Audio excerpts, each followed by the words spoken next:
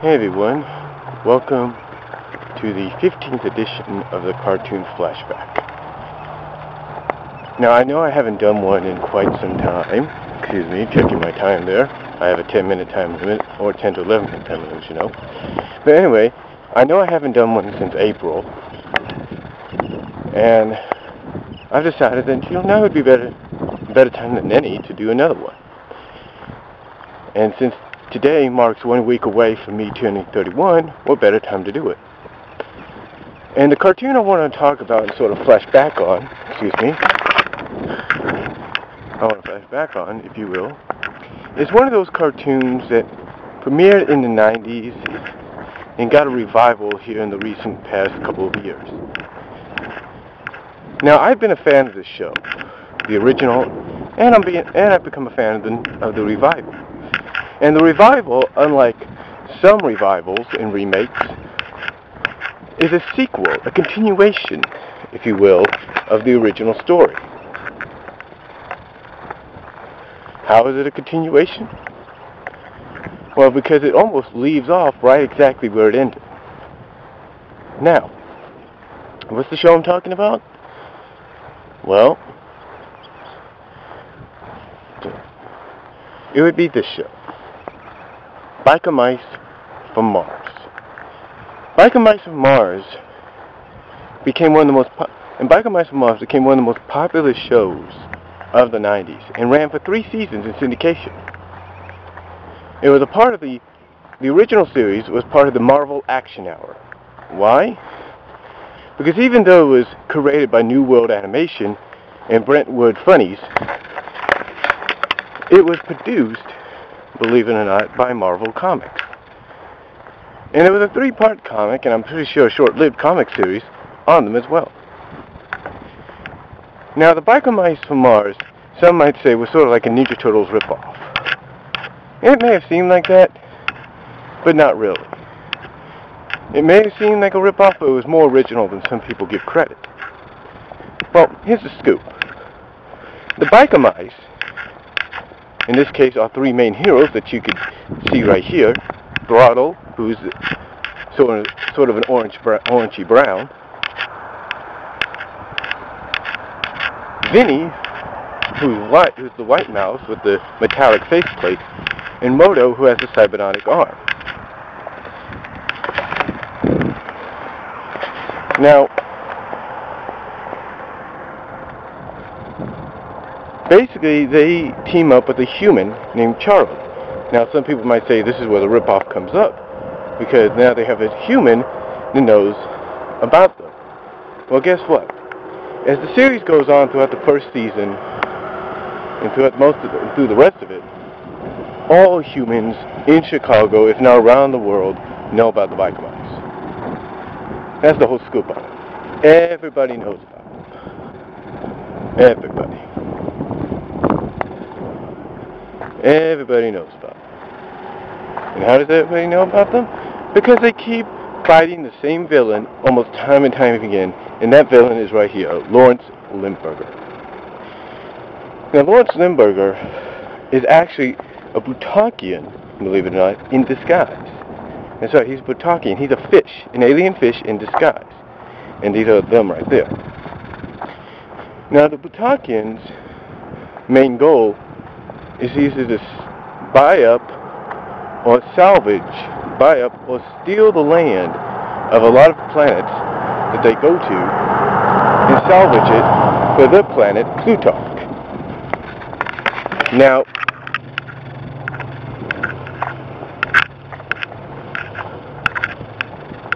Limburger does this as well. He's starting this as well. Oh, and what has he started? Well, he starts it in the city of Chicago. That's right, the city where nostalgia critic Doug Walker lives. Now,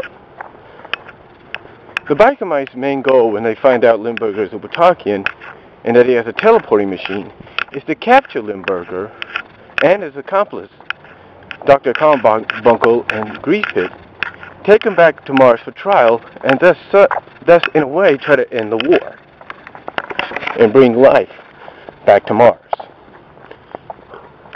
Well, the first season, of course, is sort of an introductory season to who the characters are, the heroes, the villains, and what the story and main plot is about.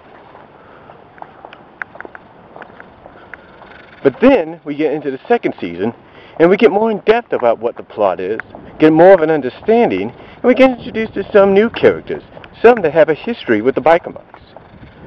Two characters that we're introduced to is in the three-parter Back to Mars. The first new character we're introduced to that has a history with one of the biker mice, in this case Throttle, is Carbine. That's right. Carbine has a history with Throttle because why? Believe it or not, she happens to be Throttle's girlfriend, his love interest, his main squeeze, if you will. Now, when we're first introduced to her, we're introduced to her when she and some other mice accuse the biker mice of being traitors and helping the Plutonians. This is all due to the fact that somebody had sent them a false information or video forgery of the mice helping Limburg. Now, of course, everything is cleared up in this three-parter. Even Charlie, the human friend, convinces Carbine that what they have seen, that the video that they were shown is false. Now, also in this three-parter, we're introduced to Moto's history and past, or somebody connected to it, his nephew, Rimfire. Now, of course, Moto does have a mother, but we're not introduced to her till later on in the third season. But anyway, Rimfire is sort of a young freedom fighter.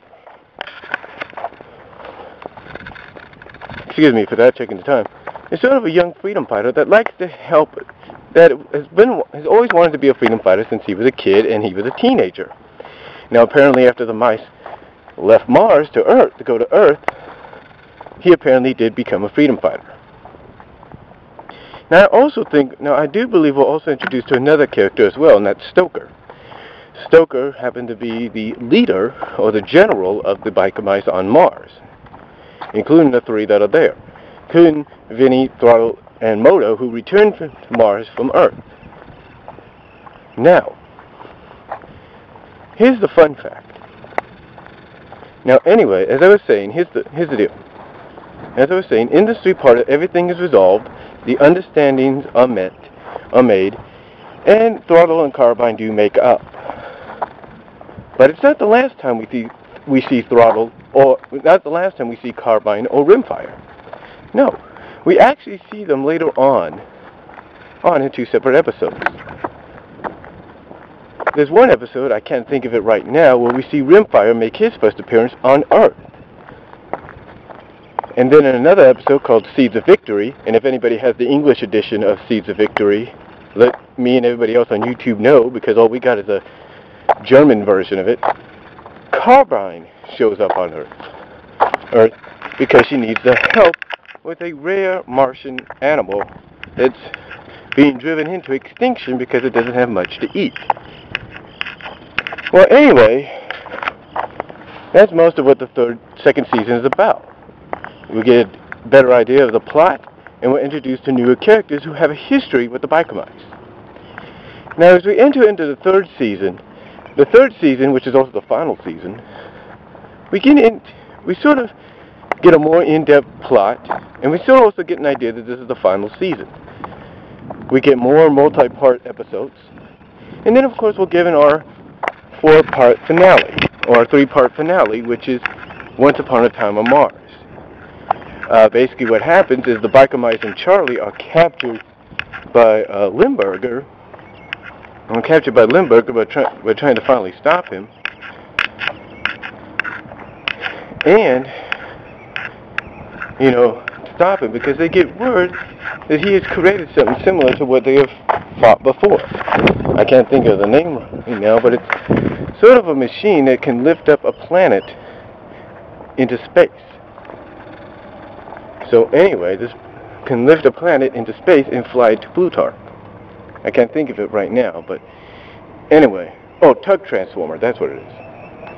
But anyway, where all this is happening, the biker mice tell Charlie of what has happened in the past when they took on a similar mission with a similar tech transformer.